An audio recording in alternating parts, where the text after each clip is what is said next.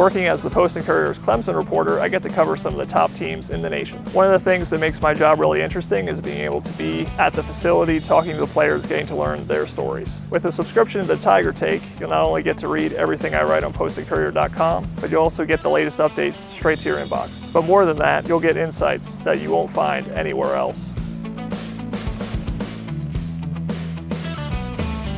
Hey guys, this is Jon Blau, your Clemson reporter for the Post-and-Courier, here with Emily Leiker from the Post-Standard from Syracuse, here to discuss the Clemson-Syracuse game this weekend. Before we get to that, just a regular advertisement for our daily newsletter, the Tiger Take. If you haven't seen it, basically send you extra little tidbits, notes, stories from the road. If you want to subscribe to that, that's postandcourier.com/the Tiger Take. But let's get back with Emily. Emily, thanks for joining us here. Very interesting matchup. I think probably when we looked at the schedule, at least as Clemson reporters, Syracuse at this week wasn't the game that we were saying this is going to be a big one, but both teams undefeated. Syracuse is up into the top 15 in the polls. Just kind of get us up to speed. Why is Syracuse having so much success? Yeah, I think the biggest thing is they completely revamped their offense this offseason. So brought in a new offensive coordinator, new quarterbacks coach, new wide receivers coach. Those three have just kind of done wonders for this offense. Garrett Schroeder looks like a completely new quarterback.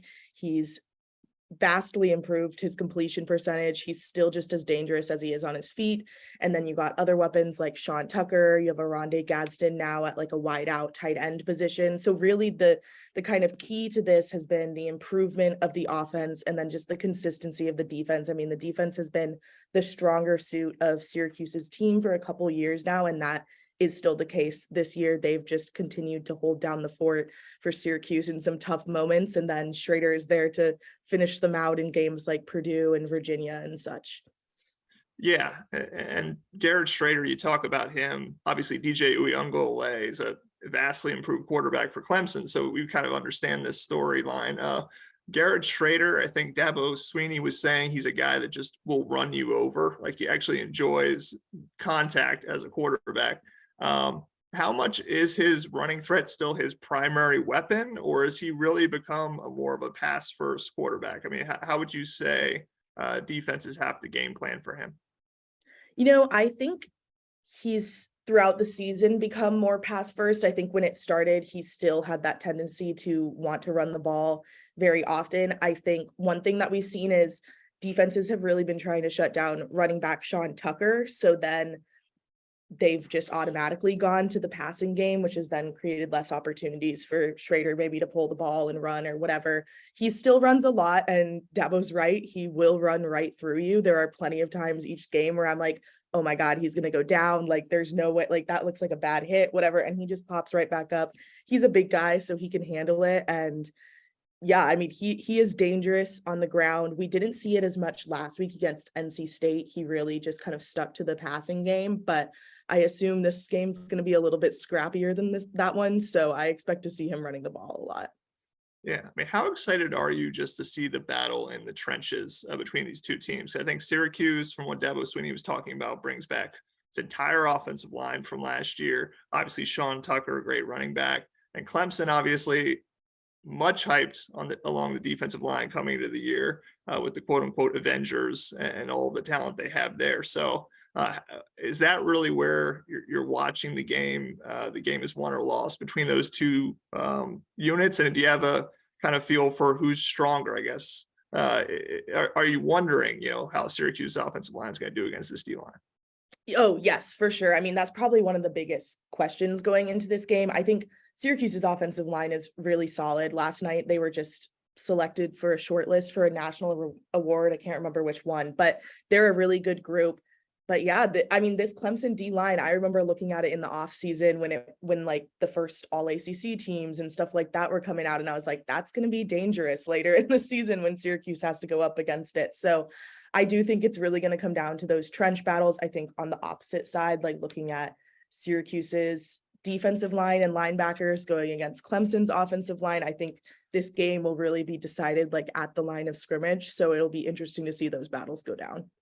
Yeah, I mean, in terms of the defense that you bring up, Dabo Swinney was saying this is a group that's not very big up front. I think I even wrote down the sizes that they are: 219 pounds at one defensive end, 266 pounds at defensive tackle, and 268 at another defensive end, but that they're everywhere. It's just very chaos driven in terms of the way they move up front. I mean, what challenges, I guess, what is Syracuse trying to accomplish defensively in terms of the way they move around, and what kind of challenges do they pose for an offensive line from what you've seen? I mean, they're just constantly trying to put pressure on the quarterback. I mean, they blitz very often. They're sending Michael Jones, who's one of the top ACC linebackers, in there all the time just to blitz in and get the quarterback. So I think that's the biggest thing, is just trying to not give the quarterback time. And so I'll be interested to see how DJ handles that, because like you alluded to, he's a lot more improved than this defense saw last year. I don't know that they can, like, they obviously practice against Schroeder, so they're used to a quarterback who could scramble and stuff, but I'll be curious to see, like I said, with the matchup with the offensive line, how often they're able to break through and actually get there, because I think if he starts to scramble, they can go find him. It'll just be, does he get the ball out of his hands before then? Yeah, what has Dino Babbers and Syracuse said about DJ Uyunglele? Because again, we've seen firsthand the improvements. Obviously, Dabo Sweeney, very high on him, has stuck behind him for a really long time, and obviously reaping the fruits of that now. But in terms of defending him, and what have you heard from the players, from the coaches at Syracuse about what they think about defending DJ Uyunglele?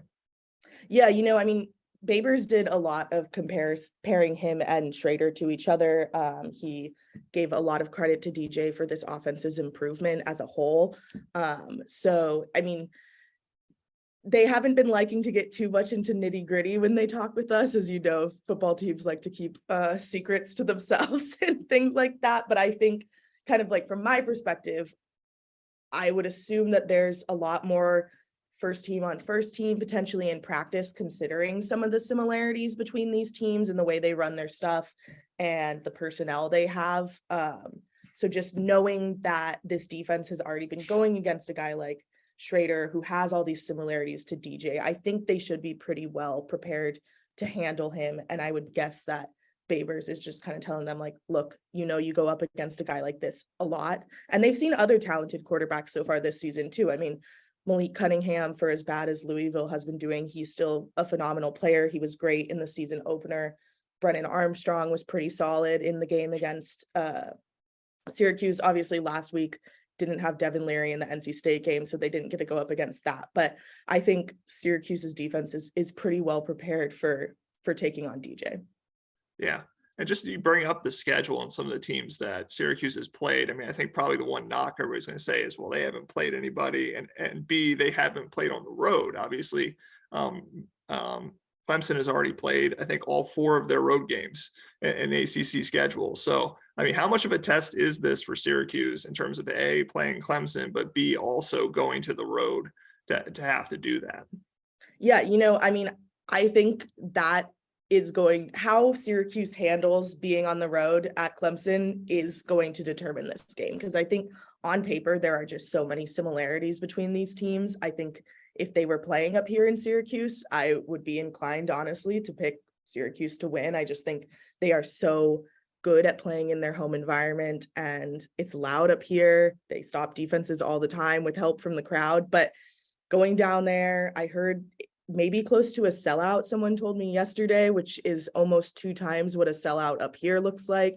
And one thing Dino Babers pointed out on Monday is that while this team is used to there being noise when they're playing games, its offense isn't really used to that. So that's one thing I'm particularly interested in seeing. I mean, I talked to Ironde Gaston, who's like their leading wide receiver right now, and he was kind of like, well, I just look at the ball. I'm not necessarily listening for anything, so it's not going to change a ton for me, but I'm curious to see how kind of like Schroeder responds, if there's any miscues on snaps and stuff like that. Syracuse has already struggled with penalties, so I can see that being an issue for them in a loud environment like Death Valley. Yeah, like you said, close to a sellout. I think yesterday they told us there were 500 tickets left, which isn't a lot. So it'll be interesting to see if all of those get scooped up and what prices they go for with so few left. But you mentioned Ironde Gaston. That was one thing I wanted to get back to. His father is actually a Charleston native. So connection for us. Kind of how much has he developed over the last year or so to become the player he is, and why is he such a important part of Syracuse's offense? Yeah, it's funny. I was actually on the phone with his dad last night talking about this. And before I get into how he's improved, fun fact, Gadsden's first visit, like his first visit as a Syracuse commit, was the 2020 Syracuse Clemson game down in Death Valley. And that was apparently the first time both of them have been to Clemson, and they enjoyed it. So not as good a game for being a Syracuse commit that year, but Gadsden's been phenomenal. I mean, coming in, he was switching into that more tight end flex position that offensive coordinator Robert Anae really loves. He played it a bunch at Virginia with the personnel he had there. And so there were definitely some, I think, questions for him about how that was going to work. I remember talking to him, and I think before the season even started, I think it was the week leading up to the Louisville game, and he's like, yeah, well, I haven't ever really had to block anyone before. Like, I'm used to just kind of doing like wide receiver cornerback coverage. So seeing the way he's evolved in blocking, I think has been a big thing. Like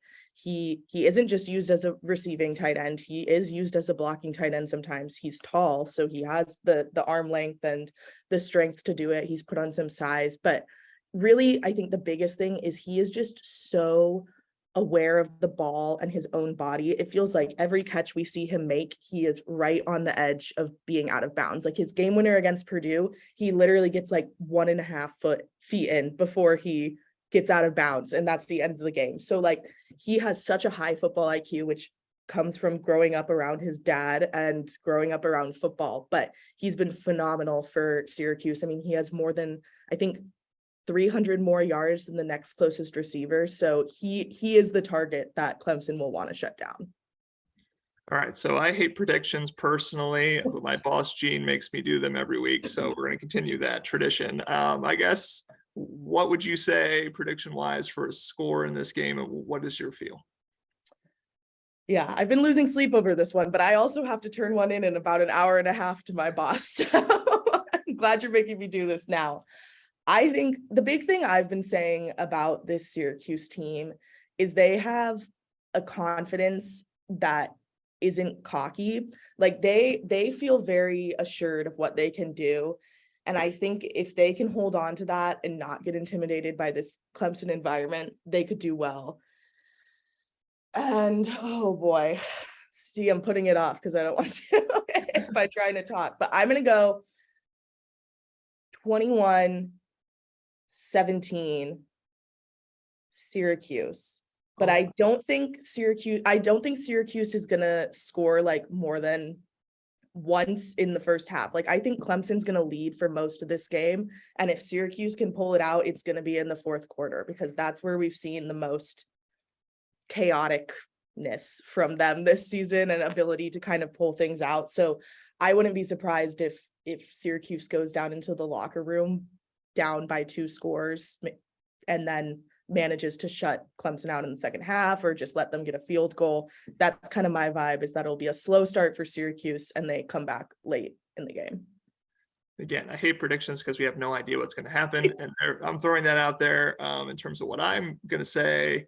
Is almost completely opposite. I think I'm going to go with a higher scoring game, because Clemson's defense has had some issues at times. Syracuse, has that running game. Florida State had some success against Clemson last week. So I'm going to say something like 33-28 Clemson, something weird like that.